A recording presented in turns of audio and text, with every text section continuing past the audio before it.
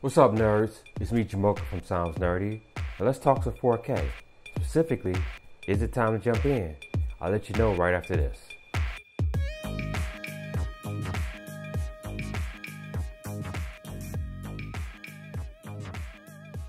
Welcome back, nerds.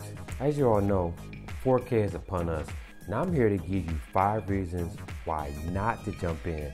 Yes, 5 reasons not to jump in 4K. Let's get started with reason number 5, early adoption. As early adopters, we all love to have the newest technology. We love to have the new gadgets, the shiny new toys. We like to brag about the new things that we got. We like to show it off. But the downside of that is that new technology that we just acquired could be obsolete within a few months, 1 or 2 years, depending on the gadget or technology that you have. And with 4K, there's new technology coming down the pipeline, such as HDR, which is in cameras, and that's now coming to video.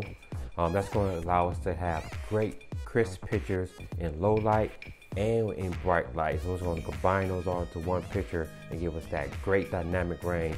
So that's now going to be coming to 4K UHD. And also 10-bit color. 10-bit color is going to allow you to get up to 1.07 billion colors. Yes, a billion. I didn't even know there's that many colors. Our current generation right now is 8-bit, which gives us about 16.7 million colors. So you see that there's a huge difference between 10-bit and 8-bit. So sometimes it doesn't pay to be an early adopter, specifically in the case of 4K. It doesn't pay. And to acquire that higher end technology, that brings me to reason number 4. Higher end TVs are expensive. 4K or UHD TVs right now on the market can range anywhere from $1,000 on up to over $2,000, $3,000, $4,000, $5,000, up to $10,000 for that higher end technology that you want. Unless you got deep pockets or some extra money to spend, that is very expensive to get into the 4K market right now. There are some TVs that are less than that, but some of those don't offer the same technology that the higher end TVs do. Reason number 3 are broadband speeds. And the reason why I bring up broadband speeds is because the most popular way to get 4K content right now is through streaming services. US broadband average speed is about 11.7 megabits per second. This is according to Akamai's latest report. Now, according to some of the info that I've read, these 4K UHD streaming services requires anywhere from 10 to 20 megabits per second just to download 4K content.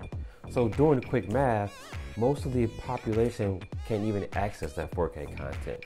And not to mention, Netflix has a 4K service and their speeds are around 15.6 megabits per second. Let's not forget the data caps by the ISP. Some ISPs out there start to throttle your speed once you reach your data cap for that month. Not to mention, you also can be charged more for that extra bandwidth. So in the end, you can end up paying a lot more money just to stream some 4K content. And if you're an avid movie watcher, that can become quite expensive. Reason number 2 for not jumping into the 4K market just yet is there are no 4K players on the market. Actually, as of this video in September 2015, there are currently 2 players on the market right now. Both of them are by Sony. There are, however, 4K players that can upscale to 4K, but I'll get into that in another video. And actually, there are 4K players coming to the market, but that's not until 2016. So we still have to wait a little bit just to get our hands on some true 4K players.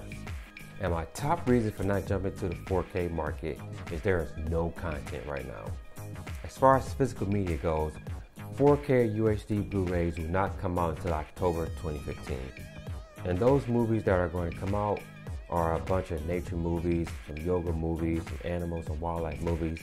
Now, if you're anything like me, you want to watch some action movies, you want to see some explosions, you want to see some car chase scenes. And now with 4K UHD media hits the market, there won't be much of that. Another way in order to get 4K content is through Netflix's 4K service.